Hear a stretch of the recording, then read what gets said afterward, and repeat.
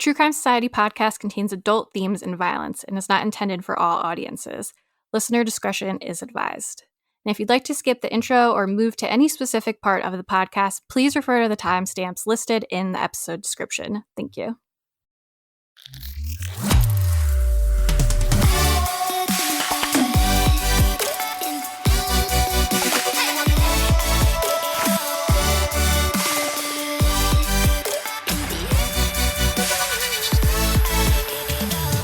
What's up, guys? Welcome back to another episode of the True Crime Society podcast with Stephanie and Olivia. It is November 23rd. Actually, this episode will be due to come out on Thanksgiving, so happy Thanksgiving. Yes, we still put out an episode on the holiday because we are working queens. We're dedicated. Actually, we didn't even realize. Yeah, Olivia doesn't celebrate Thanksgiving, so it only counts for me. Yeah. I feel like some podcasts don't do it because they think everyone's busy. But like I know obviously I don't would do want Thanksgiving. one. But yeah, like I love when they podcasts released on days like that because like when I'm like cooking or doing other stuff, I can put on a podcast and listen. Yeah, so hopefully everyone is listening while cooking or doing whatever, ignoring your family, etc., etc. Yeah.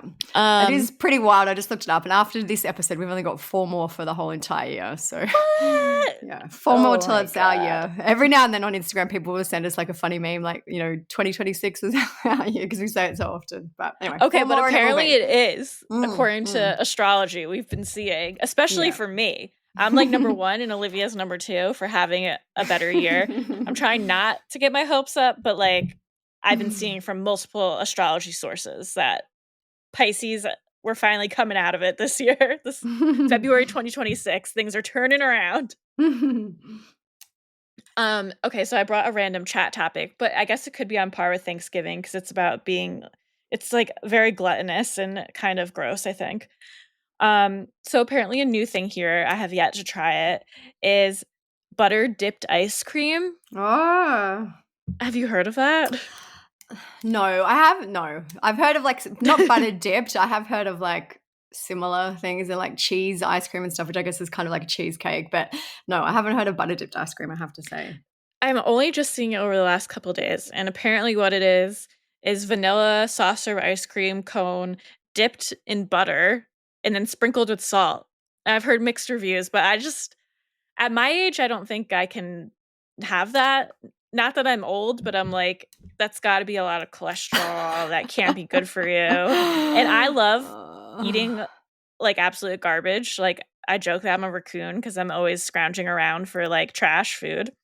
But even I think I have to draw the line at butter dipped ice cream. I don't think that sounds good. I think it just sounds like you're ruining butter and ice cream. Yeah, and I feel like too, like if you eat a lot of butter, you probably generally like, and I'm talking about like the carnivore type, well, even the carnivore type diet. Like I know people eat like a lot of meat, dairy, but not ice cream, which is generally sugar.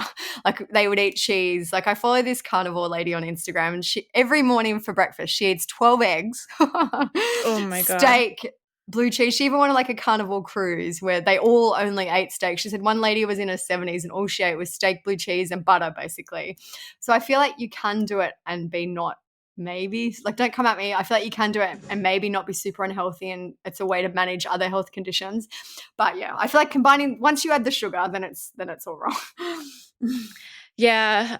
And it's like a lot of butter. I mean, maybe it's not as much as it looks like because it's just like a shell. It's basically like a bonnet ice cream that you dip in like a chocolate or whatever, but it's butter instead. So it encases the whole vanilla ice cream.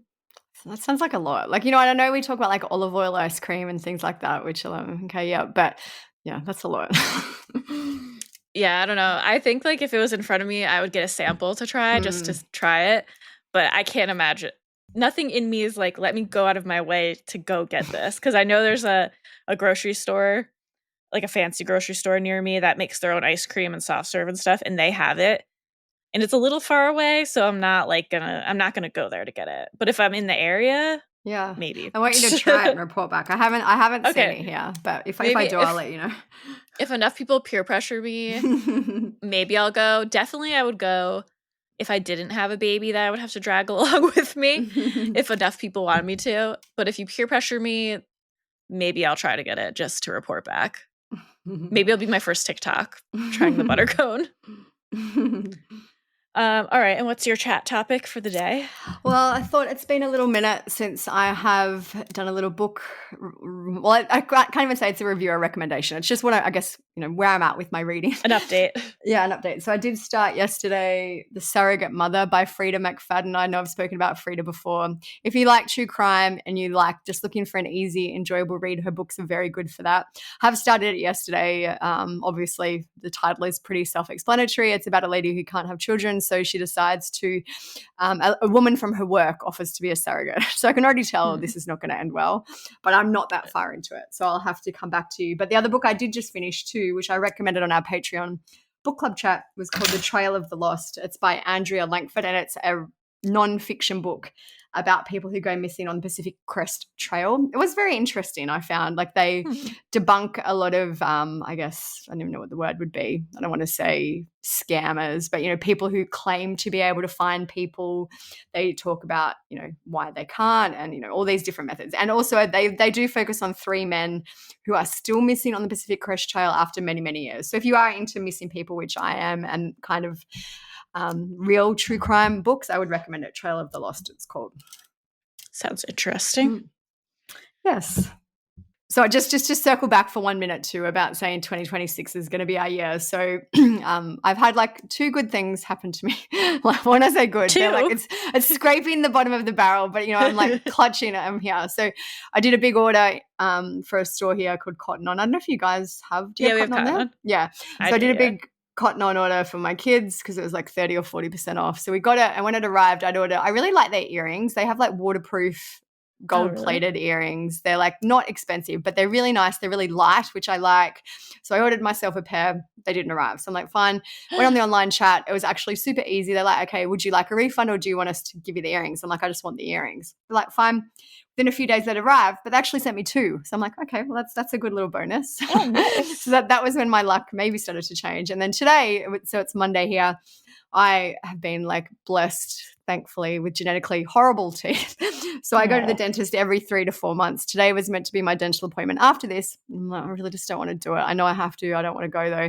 And then they sent me a message saying the dentist is off today. So I'm like, that's great. Oh my God, nice. Because you were complaining about that last night. I still have to go, but at least I just don't have to go today. I'll do it for another day. So I got a little reprieve.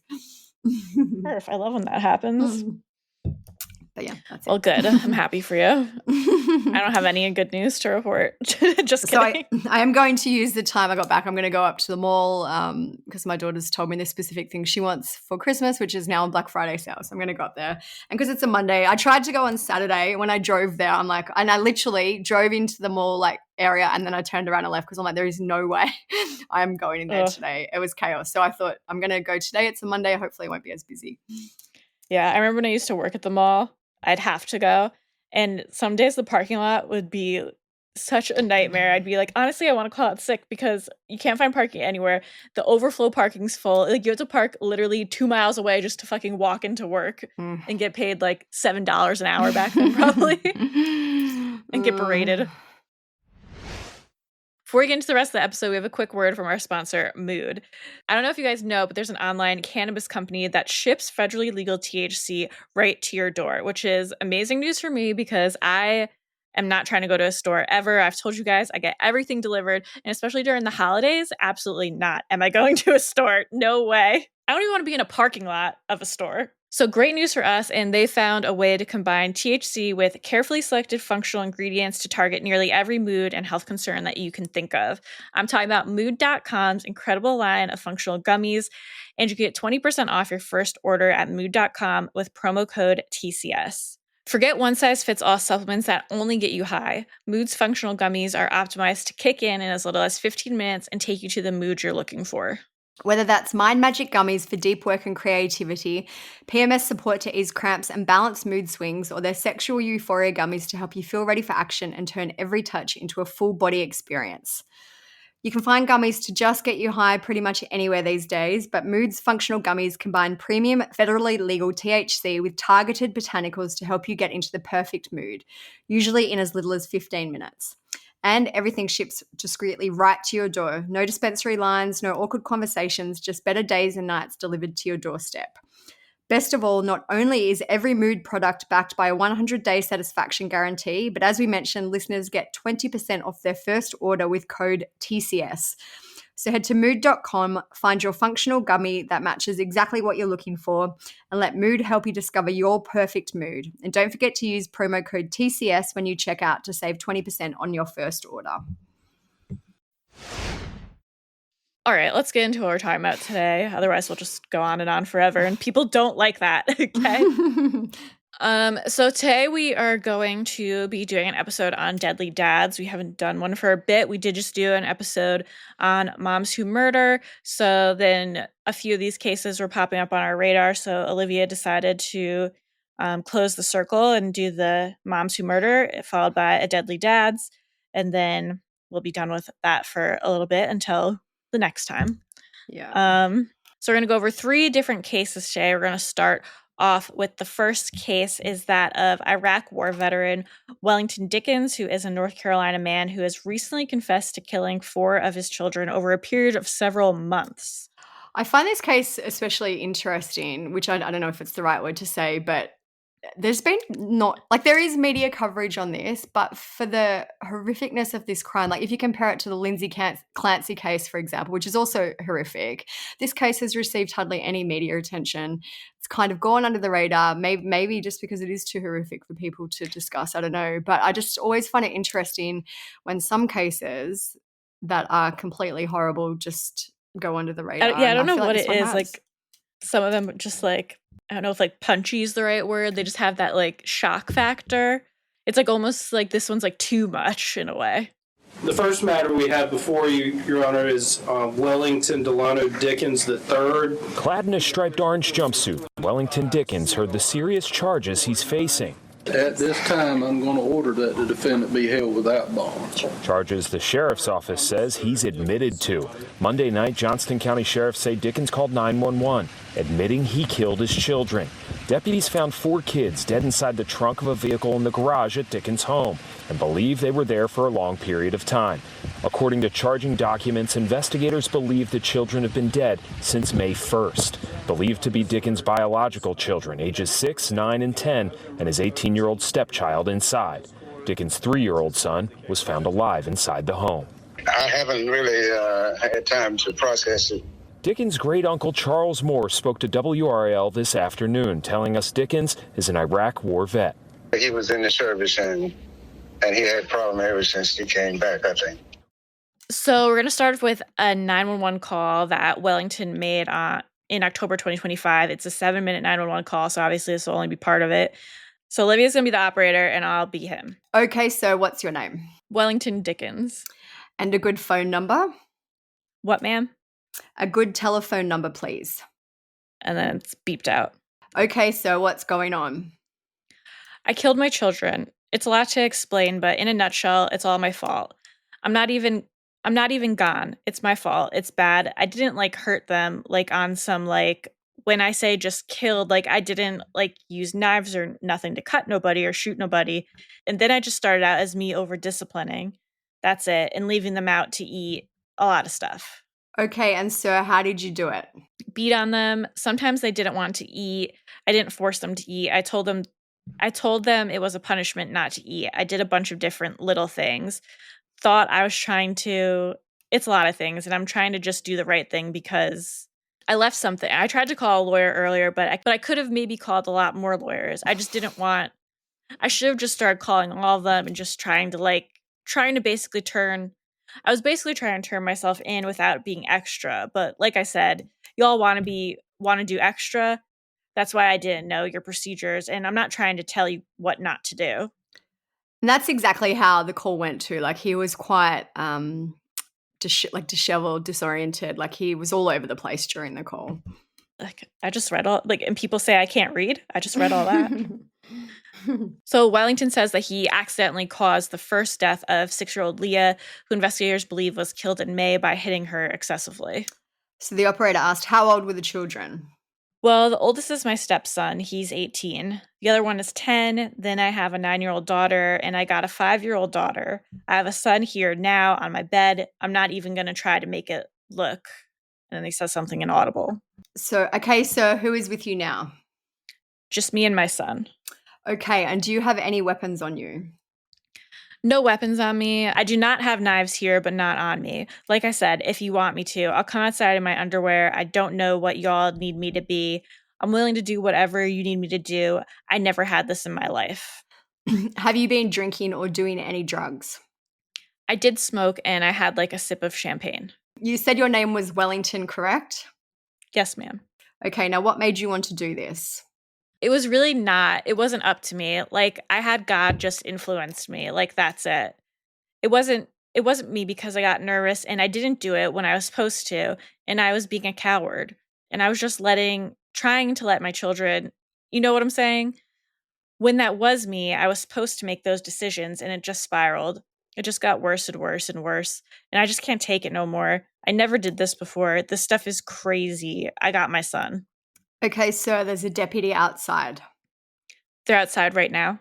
Yes, we have a deputy outside. Okay, sir, go speak with the deputy. I'm going to disconnect now.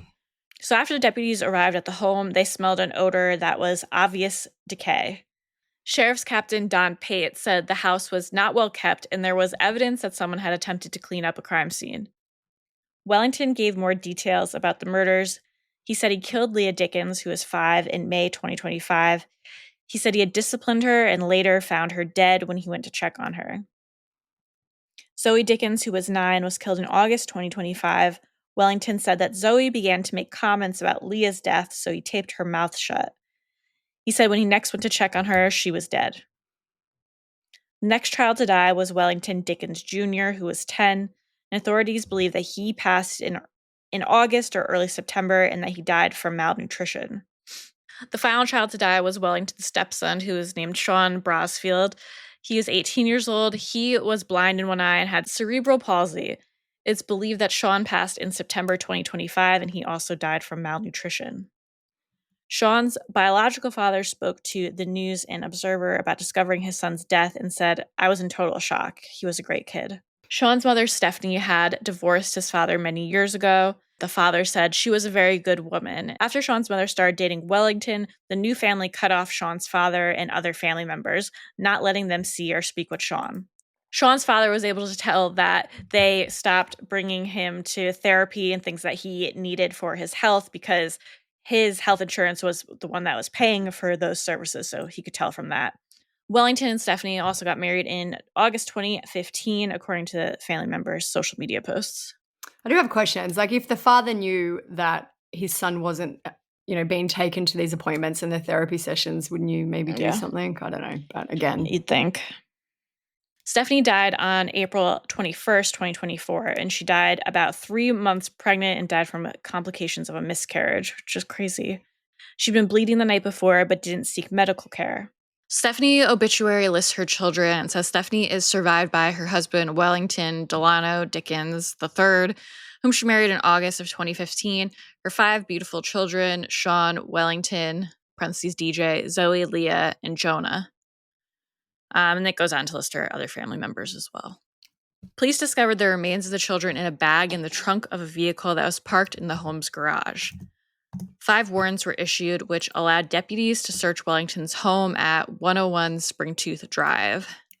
Do you want to comment? So the house, I had a look at the house just to see what the area was like. It looks like it was a brand new house. It says that the photo on there is a representative photo because it was still being built. It looks like that was from 2023 when they bought it for $309,000. 3 baths, 3 bedrooms. Like, it looks like a very nice, neat little suburban house. So the warrants sought clothing, weapons, blood, human remains, and other evidence. They also sought to search the backyard, a neighboring property, 2 of Wellington's social media accounts, and his Amazon account history.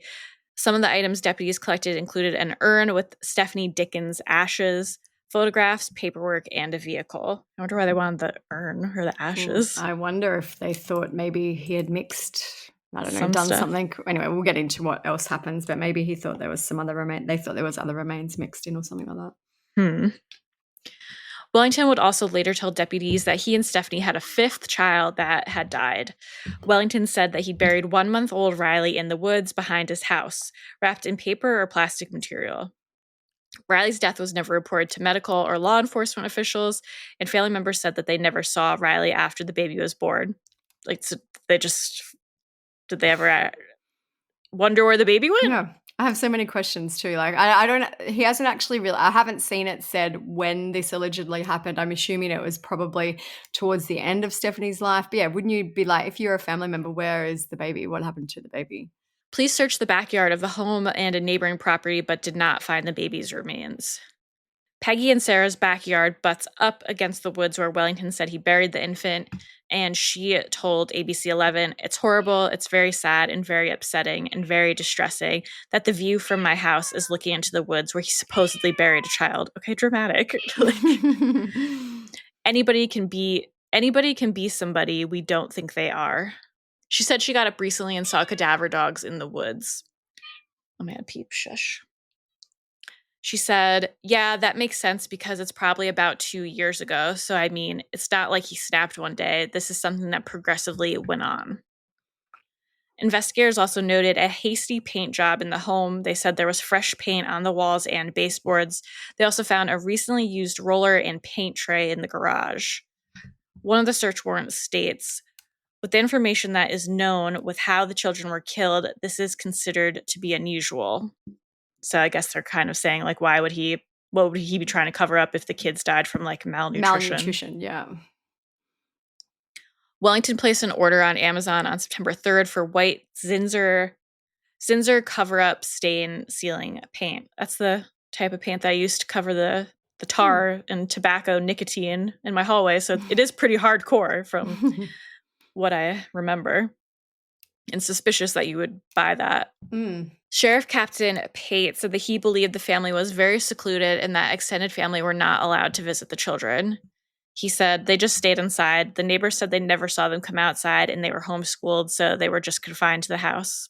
Homeschooling strikes again. Yeah, it just seems like that is often a case where people are able to hide whatever they're doing, either hide their mental illness so they can eventually carry out a crime, like when we did Tiffany Wilkes, the doctor that we spoke about, and also Paula Trong. She also was probably a very similar case. But yeah, it just it enables these kids to slip through the cracks sometimes. Yeah, I don't want to say like homeschooling shouldn't be allowed because I'm sure it's usually not the case. But like the more and more I hear about this, I'm like, we just can't be allowing this because it's just exploited. Have more checks, like way to check. Yeah, like more accountability. And even Melody Buzzard, who's still missing, like the same thing. So yeah, they need to, in some like obviously of every, I'm sure, state and area has their own regulations, but sometimes these kids aren't checked on for months and months. So yeah. After the murders, more information about Wellington's criminal history was released. He had no arrests for violent offenses in his criminal history. He had a 2015 misdemeanor child abuse charge that was dismissed and a 2016 resisting a public officer charge. He'd been charged 5 times with speeding and driving with a revoked license and was arrested or cited more than a dozen times from 2014 to 2017. It was also revealed that when Zoe was born in 2016, doctors were convinced that she had jaundice. Wellington refused medical care for the baby due to religious and spiritual beliefs. I wonder what beliefs those are that prevent you from jaundice care. Yeah. After a failed attempt by Wake County child welfare workers in 2016 to check on Zoe at the Dickensons' home, they returned with 2 Raleigh police officers. He didn't allow them into the home, and the altercation led to Wellington's arrest on October 31st, 2016, on a charge of contempt. He was released from jail after his wife took Zoe to a county health clinic, according to the complaint. Wellington has been charged with 4 counts of murder. He's been transferred out of Johnston County Jail to Central Prison in Raleigh for his safety. It is sad because if these kids did die from malnutrition, that is a slow and a long death. Like if someone had been checking on these kids, I know they said that he kind of secluded them, was apparently homeschooling them, and that's why the family didn't ever see them and no alarms were raised. But it's not like he just used a gun and it was over very quickly. This would have been going on for weeks, months, and especially for them all to die over a bit. Like they didn't all die at the same time either. This kept going and going and going. So it's very sad that he was able to basically neglect these children enough that they all ended up dying. And it seems like he's been struggling with his mental health for a long Mhm. time. Like that last altercation was in 2016, Yeah. which is almost 10 years ago. So it's just, I can only imagine what the kids went through that wasn't known about. I'm sure that, plus also just having their siblings start disappearing one by one, like who knows what they saw or how much they knew. Who knows what he was covering up with all the paint? I would imagine blood or something. Yeah. And even for the first child to die in May 2025 and the last one died in September. So that's like a period of months. He apparently had them in the trunk of this vehicle. Like I'm assuming as they Ugh. passed away one by one, he would put them in the trunk. Like the smell would have been horrendous. It doesn't sound like he had And then, buried did they them or take done the anything. car anywhere? Well, yeah, like I just can't even imagine these poor other kids who are 9, 10, and 18. Like the first child who died was the 5-year-old. Then it was the 9th, the 10th, and the 18-year-old. So they would have all been aware of what was going on. Like, where's my sister? Where's my brother? You know, all those type of questions. It's just horrible. So Imagine how sad. terrifying. Yeah, it makes me so sad that like so many kids just fall through the cracks like this because they only have so many people they can look up to. And Yeah. it's like, what are they supposed to do when the person that's supposed to protect them against anything is the one that's hurting them? Their mom died. Like, Yeah. One question I did have was I wonder if they're going to relook into Stephanie's death. I did read an article that said basically her death was confirmed as natural by the medical examiner in terms of she did suffer medical complications following a miscarriage. But I don't know, maybe they will did look she? I into wonder if that she like more. died at home or in the hospital. I'm not sure, to be honest. I'm not entirely sure, but Yeah. maybe I don't know. Obviously, if he can do this to 4 children, he probably could have injured his wife. Maybe he, for instance, this is all just speculation. Maybe he beat her so badly that she had internal injuries and she died, but surely that would have shown up on an autopsy, I guess. I don't know. But Yeah, I don't know. We'll anyway, see. I've tried to find out when he's due in court. They haven't really said. I'm assuming there'll be mental health evaluations ongoing, so it's probably going to be a while before that one heads to court. Hmm. So the next case we are going to discuss is a very recent one out of New Zealand. It made the media hear a lot as well because obviously Australia and New Zealand are very close together. It's basically the same place. Yeah, pretty much.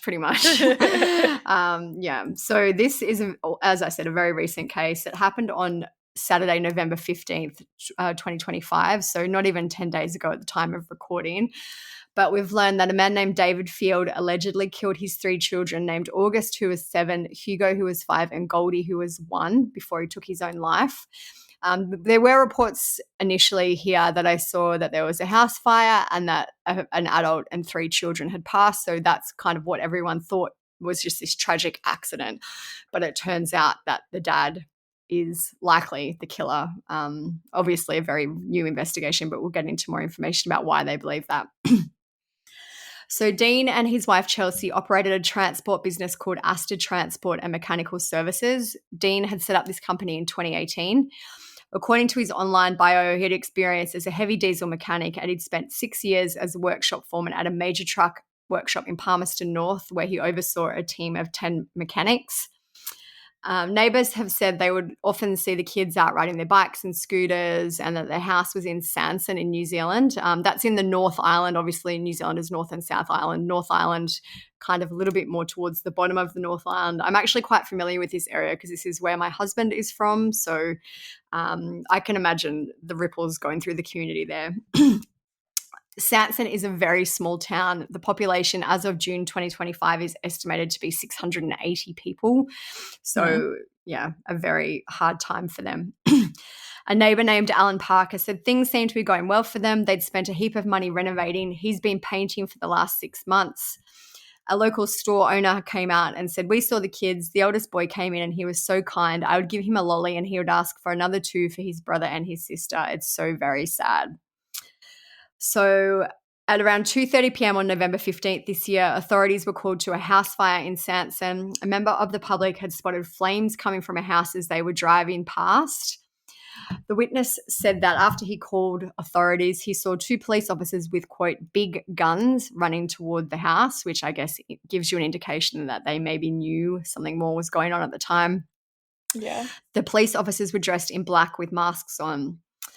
After the fire was extinguished, police discovered the bodies of 2 of the children the following day, Sunday, November 16th. It's also believed that Dean's body was found around that time. Manawatu Area Commander Inspector Ross Grantham said that the family were present to bless the two children's bodies when they were removed from the scene on the Sunday night. He said police were completing a meticulous and thorough scene examination at the property.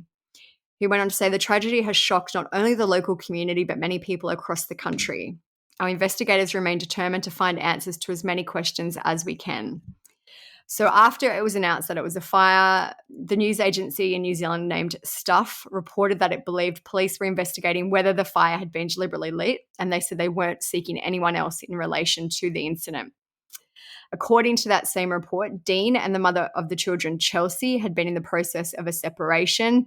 As I mentioned, my husband's family is local. He has told me that they weren't actually, what they've heard is they weren't actually in the process of a separation. They were just discussing possibly separating. Either way, it seems like it was probably in the works.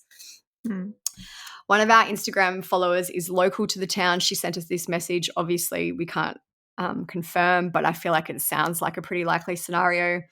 It says she told him she was leaving and taking the kids. He sent her into town and shot the kids and himself as the house was burning down. So there is a GoFundMe for Chelsea that has raised over $300,000. I'll just read out a little excerpt from that. It says, "We are reaching out with heavy hearts to support our cherished friend Chelsea, who is enduring a devastating loss beyond measure. A dear friend has suffered the sudden, unbearable loss of her 3 beloved children, her angels, August, Hugo, and Goldie. They were the light and love of her life, and her entire world has been shattered." So Dean's family have also spoken to the media and said that basically this was a shocking event. They had no idea that it would happen. He obviously hadn't really been exhibiting many mental health struggles, symptoms, or anything like that. His brother Mark said, "From our point of view, until he was 36 years old, he'd been nothing but a loving father. He was just a broken man." I actually posted that we were going to discuss this case on our Instagram today, and someone commented, I'm just finding the comment.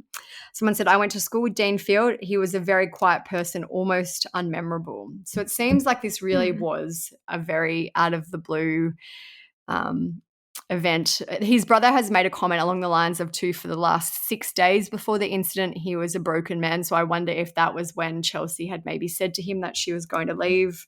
It was kind of a week-long scenario, and this is what he did in the end. It's almost like more scary that way. Like, Yeah. I would rather have people be like, no, he was like acting kind of bizarre, like leading up to that. Because unless there's just things that people missed or like don't want to admit to the media, but it's just like more scary to hear like, no, like he seemed pretty average and normal. So we don't know a whole lot more yet about the actual incident and the murders, which is what it seems that they were. It doesn't seem like this was an accident. I'm assuming once their autopsies and things like that are finalised and released, we will learn more. We'll keep you updated in upcoming episodes. But the mother of the children, Chelsea, has released a statement. It's heartbreaking. It's very, very long. I won't read the whole entire thing, but I'll put it on the blog if you want to read it. I'll just read out some of the, I guess, most tragic parts. It's just horrible.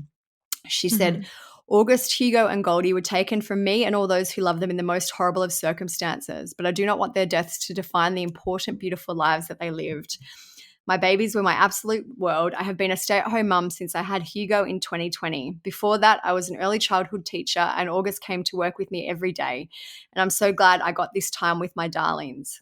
I enjoyed so much quality time with them, trips to gymnastics, music groups, play groups, and play dates with friends. We had so much fun together and many holidays away. I will forever cherish all these special memories. Not only did I lose my children and my home that day, but I also lost our beloved miniature schnauzer, Marlo, who would have been 6 this Christmas. She was the children's best friend, and one of Goldie's first words was dog. I also have a stillborn daughter, Iris, who would have been 9 this year. I have lost her ashes, photos, and all of her special keepsakes. I know my darlings will be reunited with their big sister. This incident has left me heartbroken and devastated. My children did not deserve this. I would like to acknowledge the first responders who responded to the incident and have helped me since. Their support has been so appreciated." So then she goes on to thank the people of New Zealand. Obviously, they're rallying around her. They've raised a lot of money for her, which she will probably need to rebuild. I have read if there's a question about if insurance will cover it, obviously because it was deliberately lit, probably by the husband. So, things like that. Even just, things that you don't want to think about when something like this happens to you. But essentially, she needs somewhere to live and she doesn't have that anymore. So, yeah, it's just horrible. So then she goes on. Just on top of it, like losing your home, all of your belongings, your dog, her other child's ashes, like literally losing everything. You don't even have the comfort of like being at home in your bed, like somewhere where you feel safe afterwards. And even the belongings of your children that you would treasure. Like, I know my kids have their treasured possessions, which I would have for the rest of my life if anything, God forbid, ever happened to them. So you don't even have, you have nothing. Like you literally have nothing. It's just horrible. Yeah, it's so sad. She writes a very comprehensive memorial for each child. She said about August, he would have turned 8 next Thursday and he was looking forward to his party at Time Zone with 5 of his best friends. He was such a happy, kind and outgoing boy. He loved sport and especially football.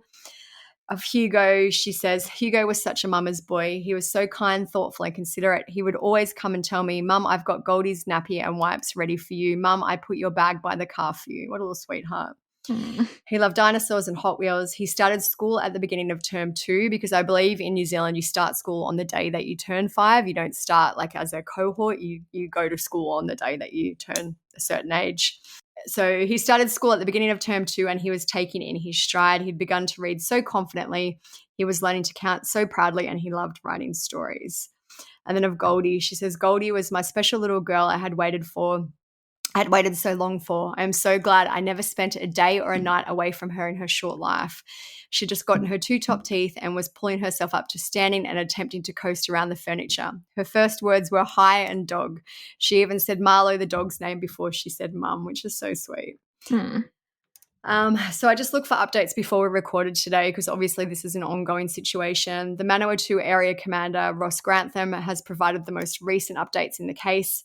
He said the scene examination at the property has been completed and that was handed back to the family on Thursday. Police's investigation into the fatal incident is ongoing and it will take time for us to get answers for the family. We would like to continue to acknowledge the community for the outpouring of support for the family as they come to terms with this tragedy. I would also like to thank the many police who have worked tirelessly over the last week and continue to work on this difficult investigation.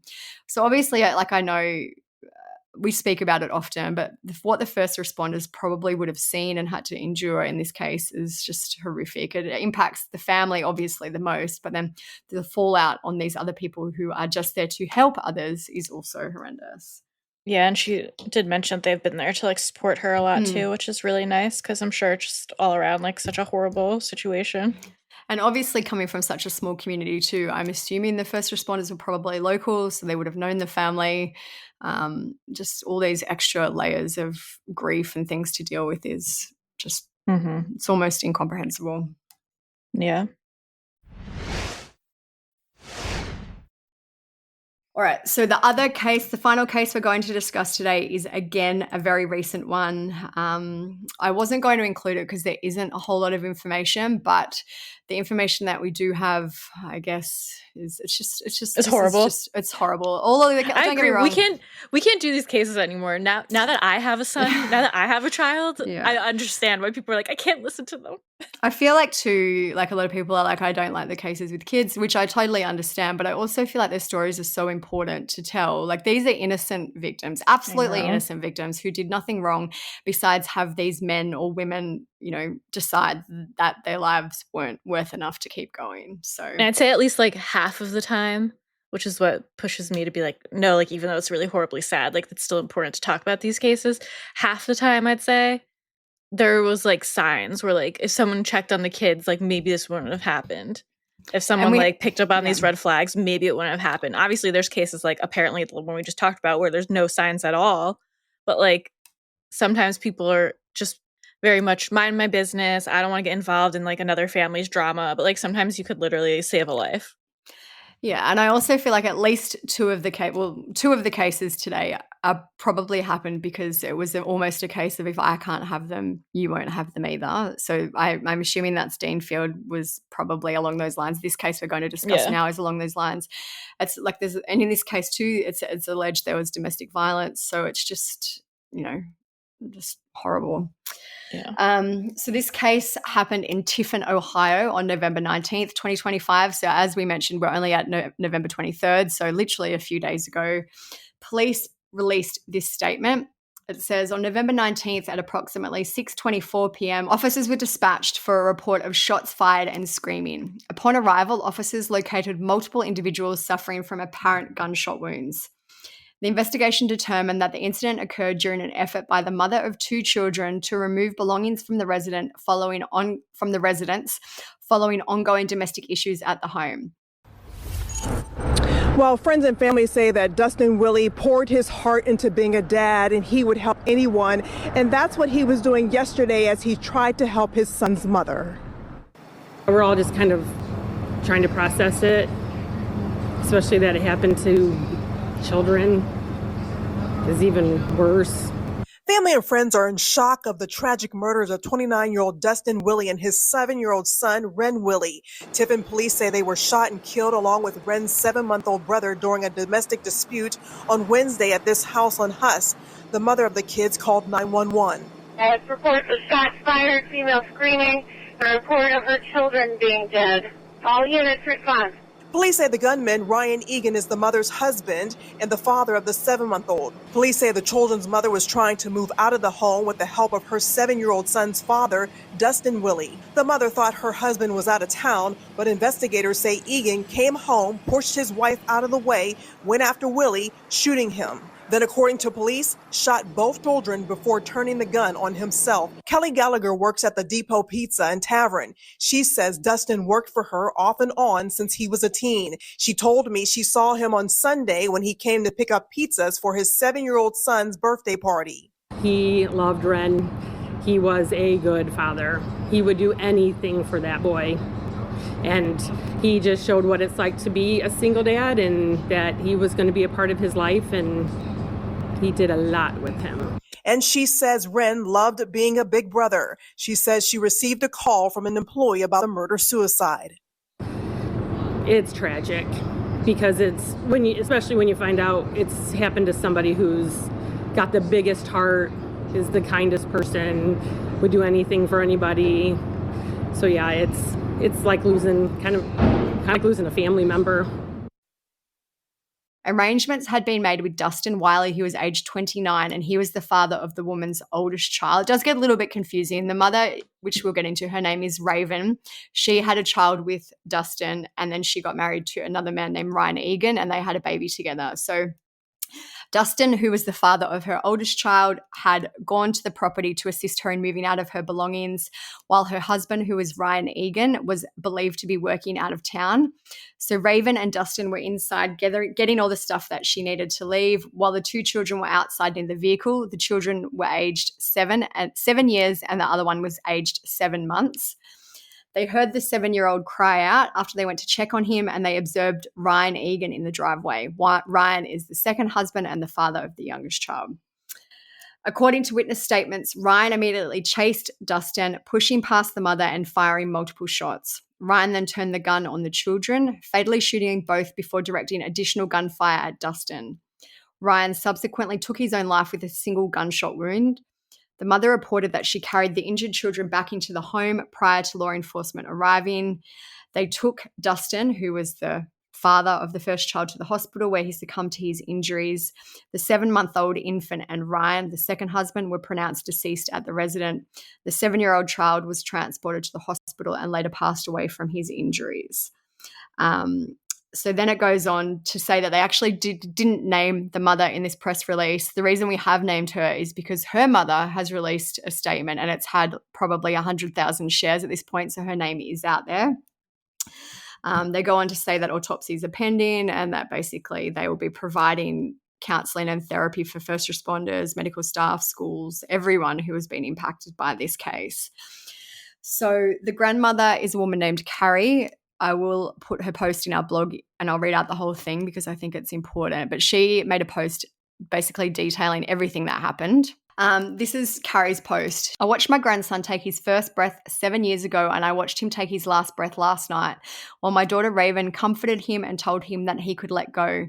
His beautiful blue eyes and mile-long eyelashes peeking through his bloody face. While trying to leave a domestic violence situation, my daughter was packing her and the kids' belongings with the assistance of Dustin Willey. Ryan Eagon, who was Raven's husband, stepfather to Ren, so Ren was the 7-year-old, and father to baby August, parked down the road, snuck in the house, and immediately shot and killed Dustin, then shot my 7-year-old grandson Ren 3 times, then shot my 7-month-old grandson August in the head while he was sitting in his car seat, killing him instantly. My daughter begged him to kill her too, but he killed himself instead. Dustin was an amazing father and person, regardless of what his and Raven's ups and downs were. I always loved him like a son and truly valued and respected the father that he was. He was extremely dedicated, which led him wanting to get his son and the people he cared about to safety. He's been a part of our family for a really long time and he will be terribly missed. My heart is broken for his family. Ren was a very intelligent, fun, energetic, happy, funny, and extremely loved boy. He just turned 7 on November 14th. August was a butterball of love and cuddles with such a sweet smile. He just started saying, "Mum." My daughter is the best mother I know. All that she wanted to be was a stay-at-home mum and dote on her babies, which she was stellar at. She is beyond broken. Our family's devastated. I wanted to tell the story because there's a lot of egregious and cruel speculations. I also want to encourage anyone that is in a DV situation to listen to your gut. Leave now. Please keep my daughter, family, and Dustin's family in your prayers. Thank you to everyone that has reached out.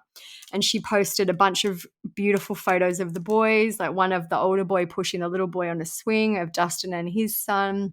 So obviously, I feel like what happened in this case is pretty cut and dry. Raven was leaving. She tried to leave in a manner that she thought was safe when Ryan was out of town. He found out what was happening and went and basically took everyone out, which is just. And this just goes to show horrible. For the people who are like, well, why didn't she leave? Yeah, exactly. And I didn't even know what the mothers, when she referred to the speculation, like what that was meaning. But I'm obviously thinking there was some type of rumor or, blame being placed on Raven. Of course. It's just a horrible, horrible situation. These 3 cases that we have spoken about did happen. Well, I know with Wellington's case, it happened over a period of time, but he confessed in October. The other 2 cases happened in November. So in like a short period of time. And I do feel there was other cases that we had that I've actually left out for other episodes. In the last few months, I feel like it does seem there's been an increase in these type of cases.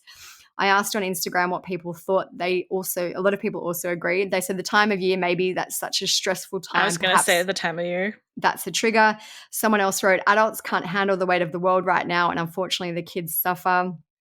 Someone wrote, it seems much more frequent, all ages too.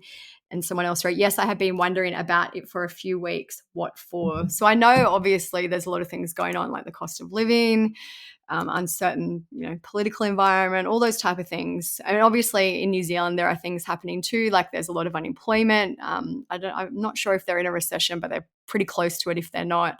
Things like that. Maybe his business wasn't going well. I understand that there's pressures of everyday life, but it just does seem like it is happening more and more. And often for years, I've been like, I think we just hear about it more and more because of social media and things like that. But I just feel like even with that, there seems to have been this extra amount of these horrific cases lately. Yeah, I agree. I feel like the world is very stressful right now for a lot of people, but also I think on top of it generally being more stressful, I feel like this time of year, like the holiday season, really compounds all the stress and any difficulties people are having. It's really just like compounded and exasperated by the holidays sometimes. Yeah. And obviously in the last case that we spoke about, it sounds like Raven was in an abusive relationship with Ryan. That's why she was leaving. We just wanted to highlight that we do have some DV and other support information on our Instagram highlights. If you need anything, you can go on there and have a look. And then we've linked some organizations and some kind of helplines and things like that on there. If you do need to leave a situation, there are resources out there. And if you can't find it, just send us a message and we'll give you the link. So that is really it for these stories. I honestly have no words, so there's not much to say because it's just, we've said it all. It's horrible. It's disgusting. It just breaks my heart to hear what these kids and their mothers and family members went through. So that is really all. I mean, if there's any updates with really just I guess Wellington too, the New Zealand one, and the one about Wellington, we'll post them on our Instagram. So make sure you're following us at True Crime Society on Instagram. And everything will be on the blog at truecrimesocietyblog.com as well if you want to see any of the longer obituaries, statements, and all those things. If you want to follow us and know what we're up to, my Instagram is StephSum_. Olivia's TCS Olivia. And make sure you check us out on Patreon if you want more content from us. We do weekly bonus episodes. We do every episode ad-free, so you'd get this main episode plus a bonus episode every week ad-free. Plus we have different chats and stuff on there as well. And this episode gets released a day earlier, so check us out on Patreon as well. Otherwise, all the usual stuff, just leave us some nice comments on Spotify or your thoughts on the cases or whatever we chatted about at the start. We'd love to see what you guys think and have to say. Share your Instagram stories, share with your friends, family, get the word out there. It's a big help to us when you guys do that. And that's it. I hope you guys have a great Thanksgiving. Stay safe out there. Peace out. See ya.